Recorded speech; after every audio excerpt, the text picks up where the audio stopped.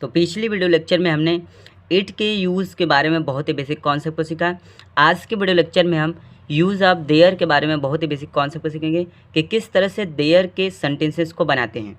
तो सबसे पहले इसके पहचान की तरफ चलेंगे। तो जो देयर का जो पहचान होता है,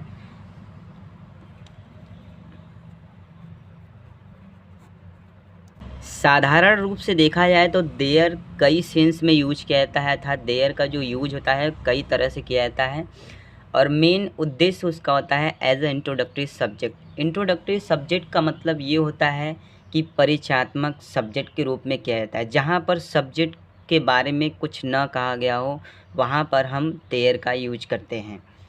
सबसे पहले देखिए पहचान की बात करें तो इसके जो सेंस में आता है, एक तो है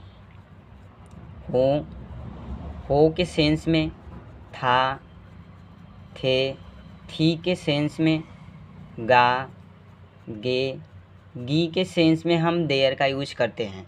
अब सेंटेंस में लूँगा तो आपको बहुत ही ज़्यादा बेसिक तरीके से सिखाऊंगा, अभी आप बस देखते जाइए।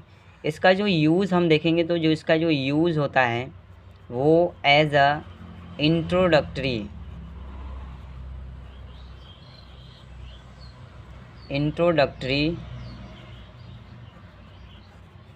सब्जेक्ट के रूप में होता है।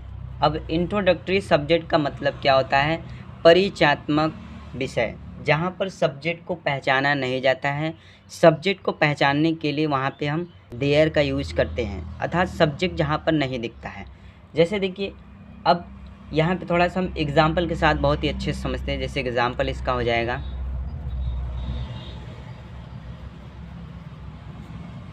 ठीक है। एग्जाम्पल इसका जैसे एक राजा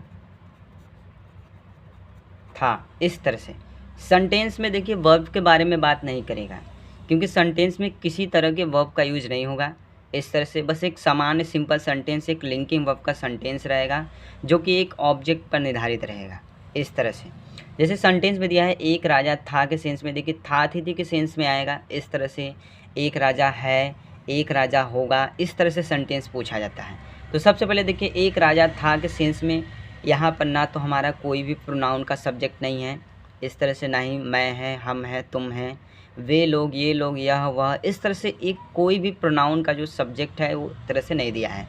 तो वहाँ पर as a introductory subject there का यूज करते हैं। सबसे पहले हमको यहाँ पे लगाना है देयर। अब मैंने आपको बता दिया है कि है हूँ के सेंस में एज हमारा आता है, था थे के सेंस में वाजवर आता है, गा गे के सेंस में विल और सेल आता है। इस तरह से गागे के सेंस में ये यूज़ होता है। तो देखिए यहाँ पे देयर लगाएंगे। अब था दे दिया है तो वाज, चूँकि एक का मतलब एक होता है, सिंगुलर नंबर के बारे में बात होती है, तो देयर वाज अ राजा का मीनिंग हो जाएगा किंग, और इस तरह से इसको बनाएंगे। देयर वाज अ किंग, एक राजा था। अब जैसे देखिए एग्जाम्पल और लेते हैं और ज़्यादा बेटर समझ में आएगा। जैसे दो विद्यार्थी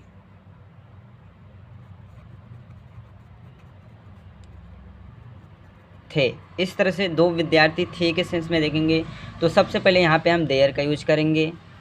अब देखिए था थे के सेंस में यहाँ पे दो लोग हो गए, यहाँ पे एक लोग थे तो हमने वाज का यूज किया, यहाँ पे दो लोग हो गए तो यहाँ पे हम वर का यूज करेंगे।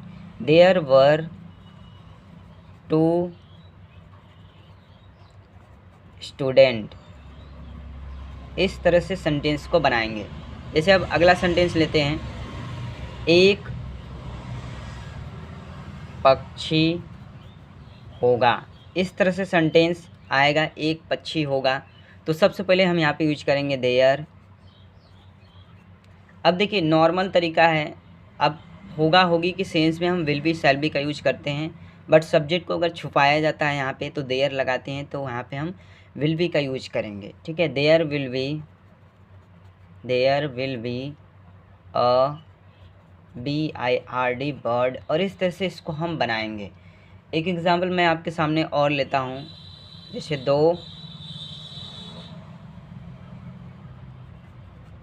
दो लड़के